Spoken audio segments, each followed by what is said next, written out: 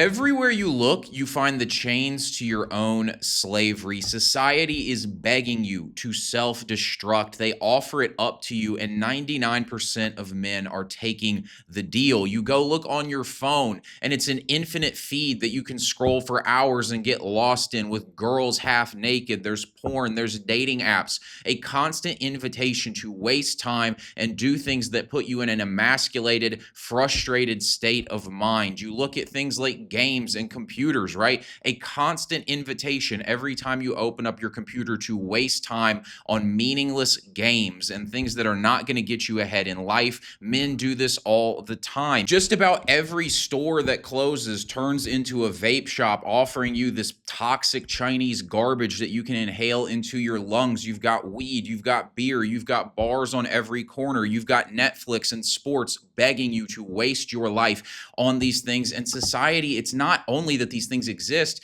it's that society encourages a lot of them. They probably don't encourage vaping, but everyone's always going to tell you what? Go live a little, go to the bar, enjoy yourself, do these things, right? Nobody's really going to judge you except for me if you spend all of your time binge watching football and things like that. It's Netflix, which is constantly available. All of these opportunities. I mean, at this point, weed's legal in most states, and everybody treats that like it's normal. It's this constant invitation to all of these things that waste your time, put you in a low state of consciousness, and put you in this space where you are just wasting your one life, and everybody knows it. Moving on, it's things like this, right?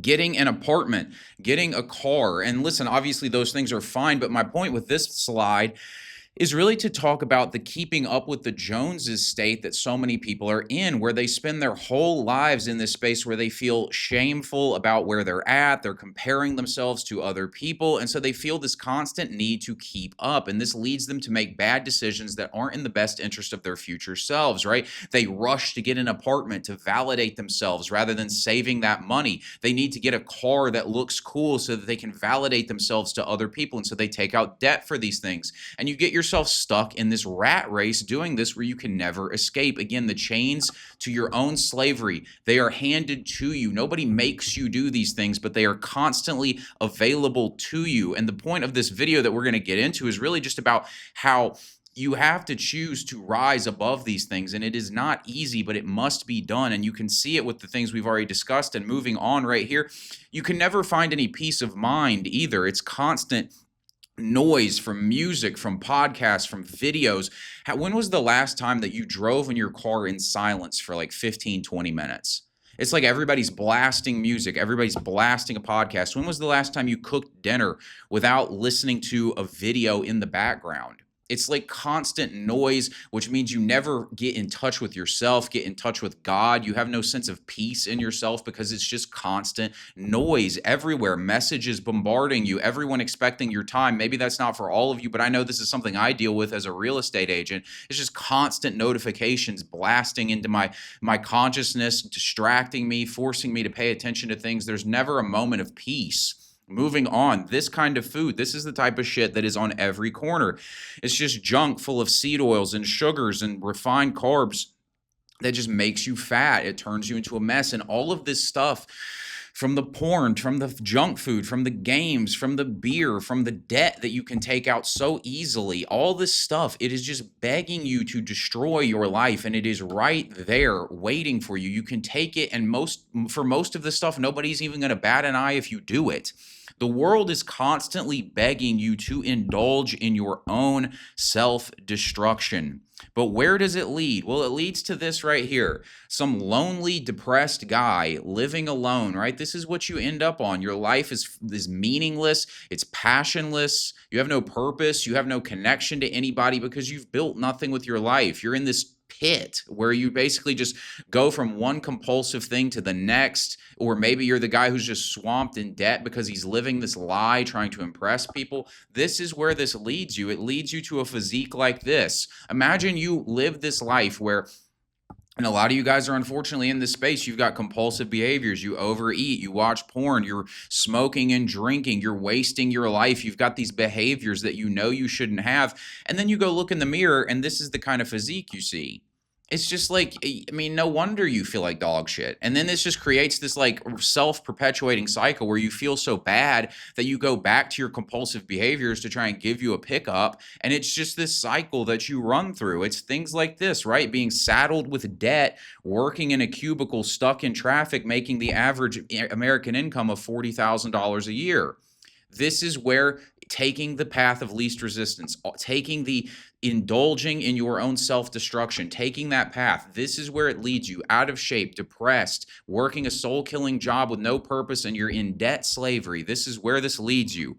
The life society is begging you to live leads you to poverty, weakness, and a meaningless life. You're weak in spirit, you're weak physically, you're weak mentally, you have no money, and you have no purpose in your life. And this is genuinely where most people are living their lives when you look around. Freedom, purpose, and success all come from rejecting the norm and taking the path less trodden. Seriously, like this picture right here, I saw this on the internet a while ago, and I think this is so true. This is showing right here, like basically the devil or a bunch of demons inviting people to hell, pretty much. And then you can see these few people taking the path through the cross towards heaven. And I don't want this to get too, I guess pretentious is the word. I'm not trying to come off as pretentious by showing this picture, but I do genuinely believe this is true. And I believe it's true at every level, not even just spiritually when it comes to religion. I think this is true in every element of life, is that the path less trodden is always the better path.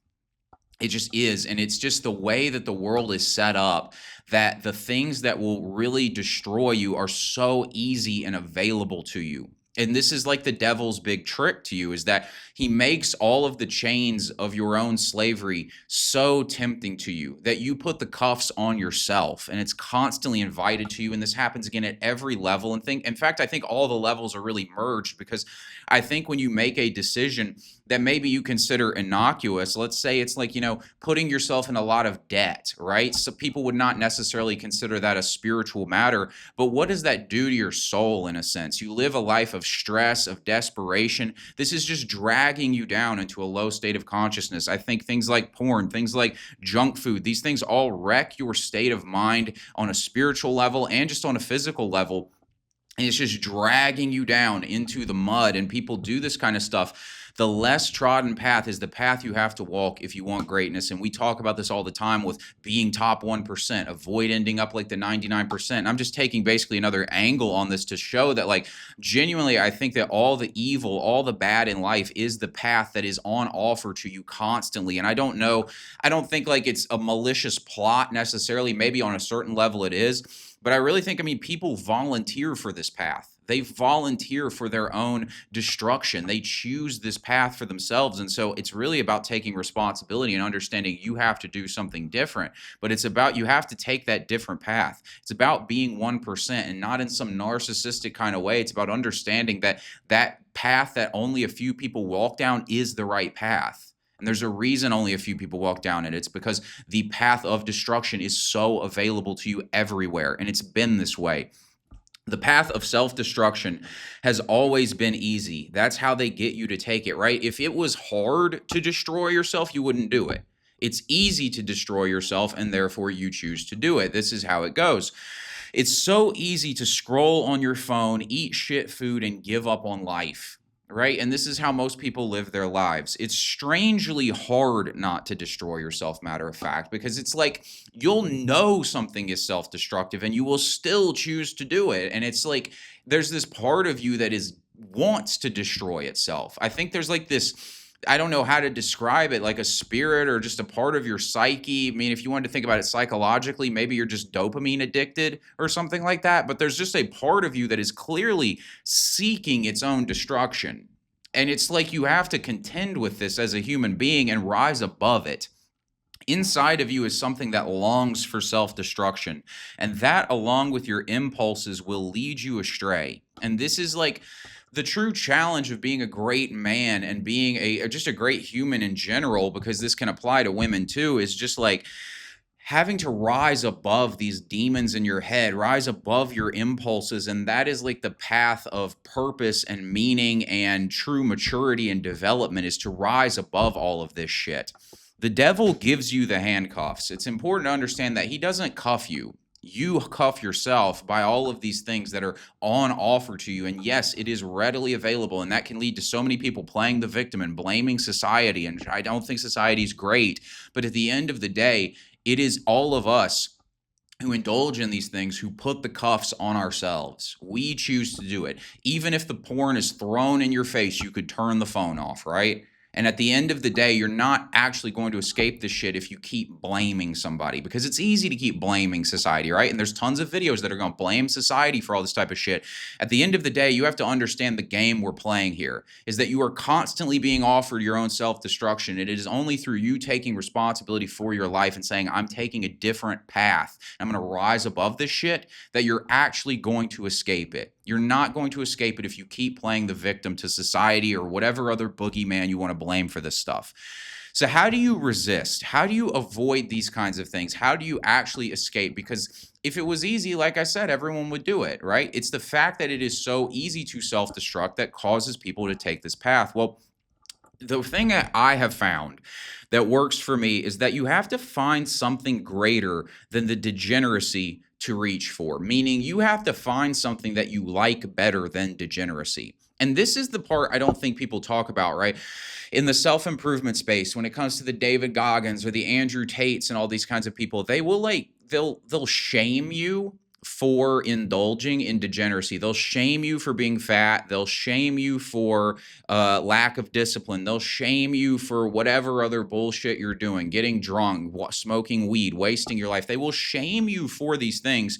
And there is a use to that, right? It can snap you out of it and get you motivated to take some action. But I think the part nobody talks about is like, again, why are you doing these things? Because, like, unless you've been living under a fucking rock, you know all of this shit is wasting your life. You know that the video games are wasting your life. You know that the porn is destroying you. You know that the junk food is making you fat. You know none of this is what you really want. You know that debt is going to put you in slavery. All of these things that you do, you know that they are bad, and yet you choose to do them. And so at some level, shaming you for doing them is missing a certain point. And the point is that there's a weird pleasure you're getting out of all of these things.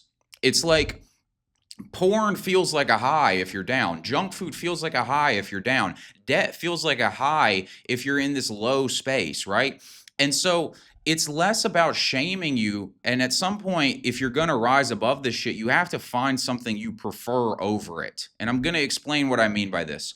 We will always choose what we think is the best option. As human beings, we are always going to choose what we think is the best option.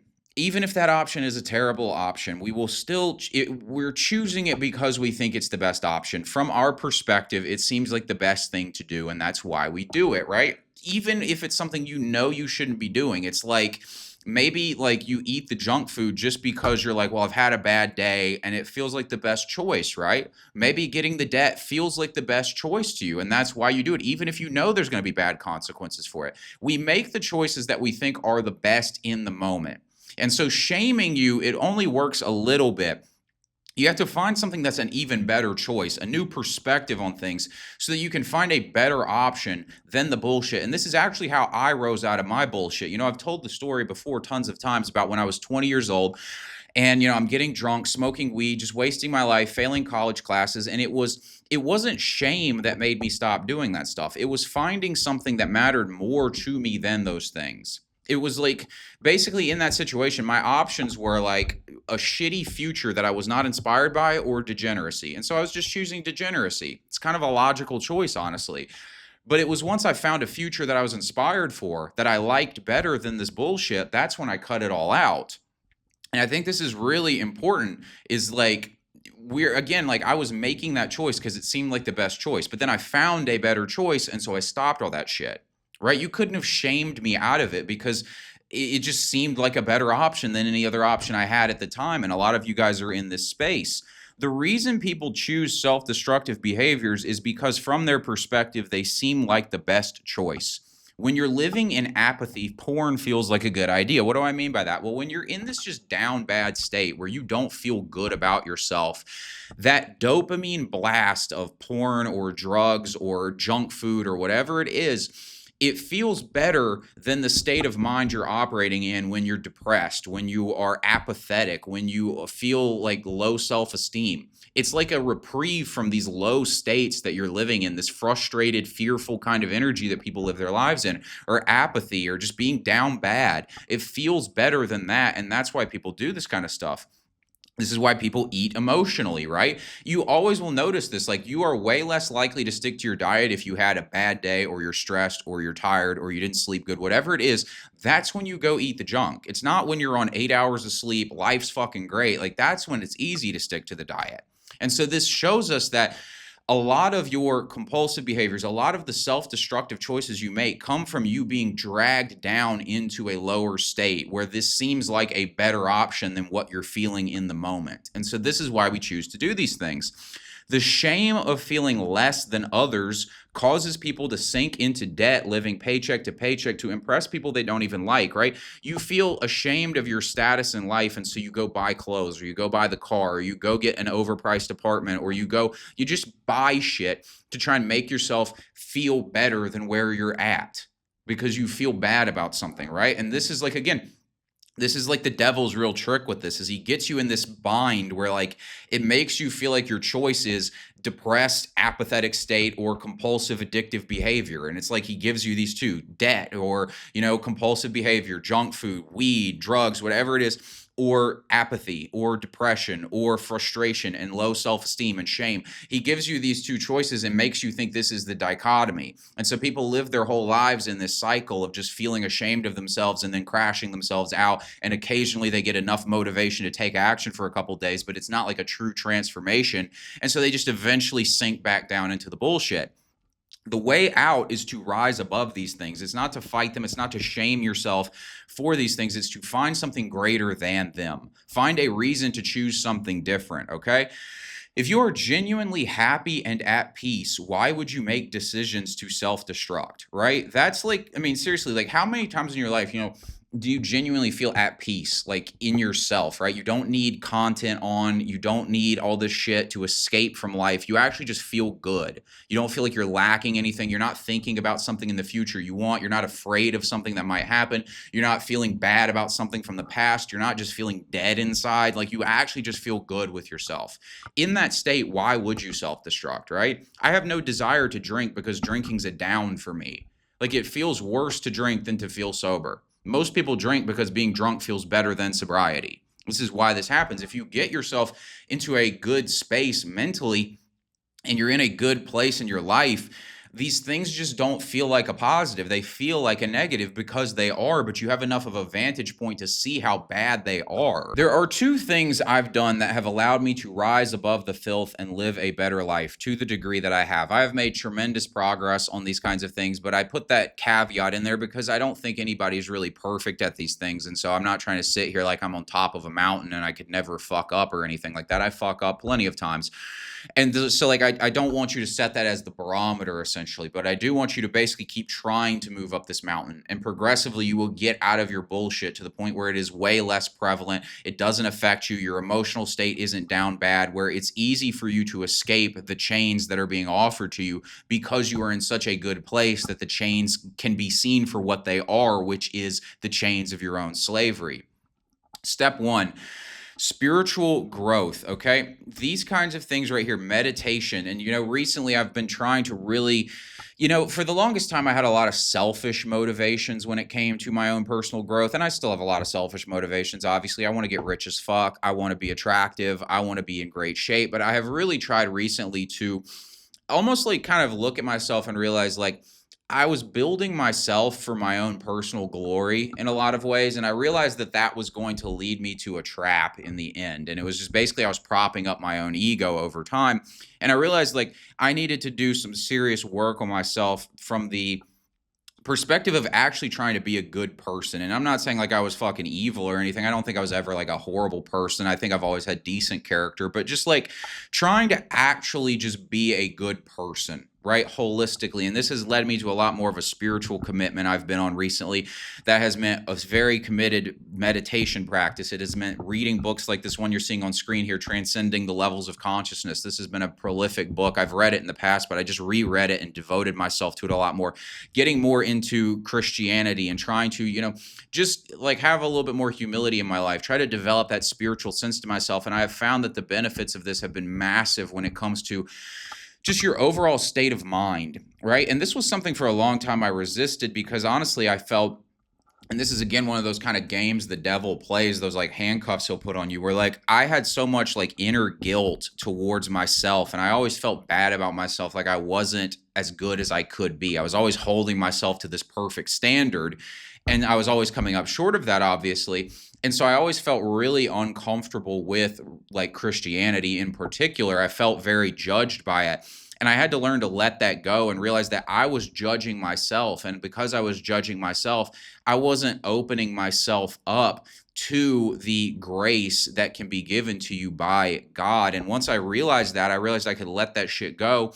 And the level of peace that brought me to just feel like a level of self-acceptance, feel like I don't have to be perfect. And this brought me out of this mud that I found myself in so often, where I just felt bad about myself. And this allowed me again to rise into that higher state where you can look clearly at all the bullshit and be like, none of this stuff is good. I don't want any of this. I don't want to chase vanity. I don't want to, try and impress other people. I don't need the junk food. I don't need all this shit, right? It like gets you out of it. I don't need to doom scroll. I don't need to binge watch fucking videos and just never have any silence in my life. Like, it got me out of all of that kind of bullshit because I just found a lot more peace with myself. And so spiritual growth is an essential element of rising above the bullshit. It really is. You don't have to necessarily be Christian if that's not your thing, but you need to devote yourself to a spiritual practice of some sort. Spiritual growth is the only way out of the ego. The ego, essentially, the highest level the ego can reach is basically this really prideful state where your ego is carrying itself like it's the shit, right? You're like, I'm the fucking shit, I'm the man, and you're rolling around just acting like your shit doesn't stink, basically. That's like the highest the ego can get. It's just arrogance, basically. And the arrogance is used as a balm against your own insecurities and inadequacies. And this is prevalent in our culture. Most of the public figures you see, especially in the men's industry or in the self-improvement space, are just driven by pride. Like they roll around in their ego, dominated by pride, to mask the fact that deep down they feel like a piece of shit. And I'm telling you this because I was in this boat for a while, and so I know this is what they're thinking. It's pretty obvious to see, in fact, from a lot of people. But this is the thing, like, you got to understand, that does not actually bring you a level of fulfillment because it doesn't get you out of the mud. And so this is why you'll see that like a lot of these guys, they make the focus, right? They make the focus, getting a bunch of chicks or getting a bunch of material possessions, right? They always make these things the top priority. And why is that? Because they still haven't really transcended the ego. They still don't feel good about themselves. They still need all of these things to feel good about themselves. They shame the people who are, like porn addicts or incels, and they just go fuck a bunch of bitches. But it's all on the same like path. It's all the same game. It's still just slavery to your impulses. It's still these compulsive behaviors.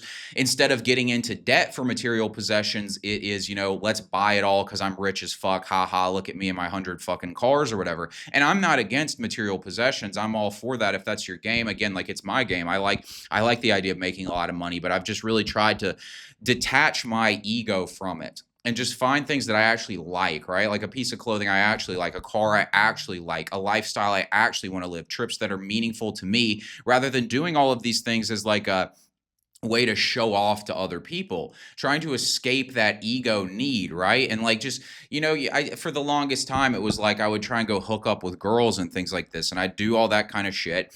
And it just took me a while to realize that hooking up with girls and porn were very similar things. The only difference is that porn makes you feel bad about yourself. Hooking up with girls inflates your ego. So one of them makes you shameful, the other one makes you prideful, but it's all in that same continuum where you're just living in your ego, and it's just, you're never actually free because of this. And the next girl that rejects you makes you go back to that guy that you used to be who got rejected by women. And it's like, it's just this fucking trap you're stuck in. You've got to escape it. And the way you do this is through spiritual growth, which is about making your ego subservient to something greater, right? It's about getting rid of the ego, replacing it with spiritual growth, okay? Through spiritual growth, I have been able to rise above my lower impulses.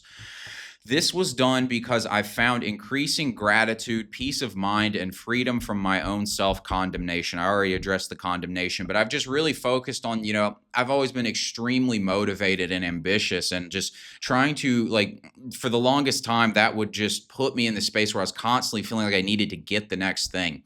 And I've tried to get rid of that need for the next thing and try to live more in the moment and just be grateful for what I have, and then take action from an inspired place rather than a place of lack. Okay. And then things like, peace of mind, just genuinely feeling good about myself. These are so important for escaping the bullshit. We choose the chains of slavery because we feel inner lack, our lives are in chaos, or because we feel unworthy. So basically the opposite of the three I just said, right? You choose the chains because you feel like you're lacking something. You've got to have the car. You've got to have that bitch. You've got to have whatever it is. You feel unworthy. And so that puts you in this low state of consciousness where you're shameful and you just feel bad about yourself. And so you do compulsive behaviors. Your life's in chaos. Your mind is a wreck. And so you can't see clearly or think clearly. And so essentially we choose the chains of our own slavery because of these kinds of things. So seek spiritual connection. I would tell you, start meditating every single day. This is a great place to start. And then start seeking out information on the subject. Read books like The Power of Now. That's a great book to start with when it comes to trying to develop yourself spiritually. It's a pretty good entry to these kinds of concepts.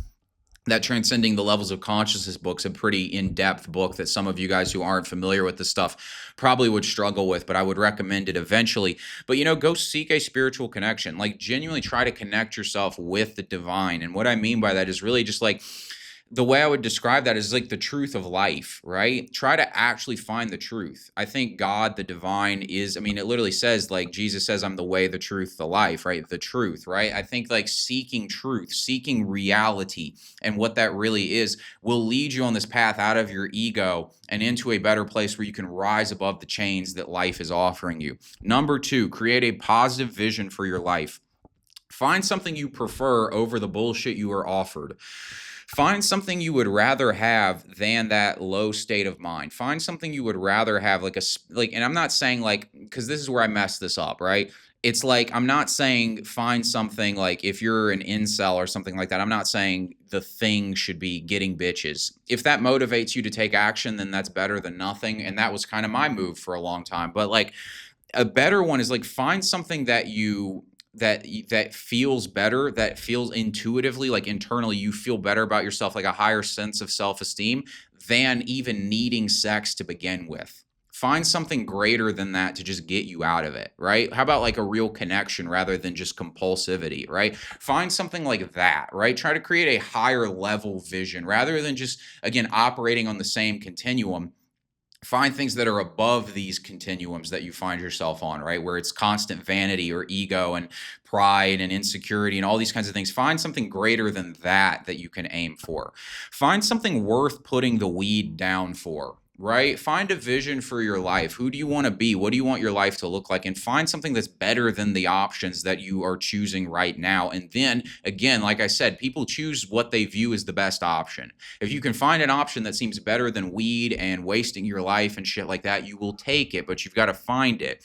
Find an inspiration for your life and stay focused on it, right? Just keep your mind in this space. This is what you got to focus on. And when you're in that space, it's easy to say no to the bullshit. So here's your protocol for this.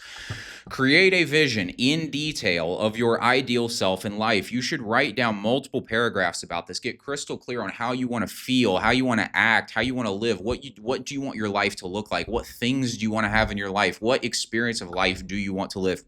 Get crystal clear on this. The next thing, focus on that vision every morning and every night. I do this thing where I have an audio track that I play where it literally is me reading off like a day in the life. I've talked about this in some of my past videos you guys can check out.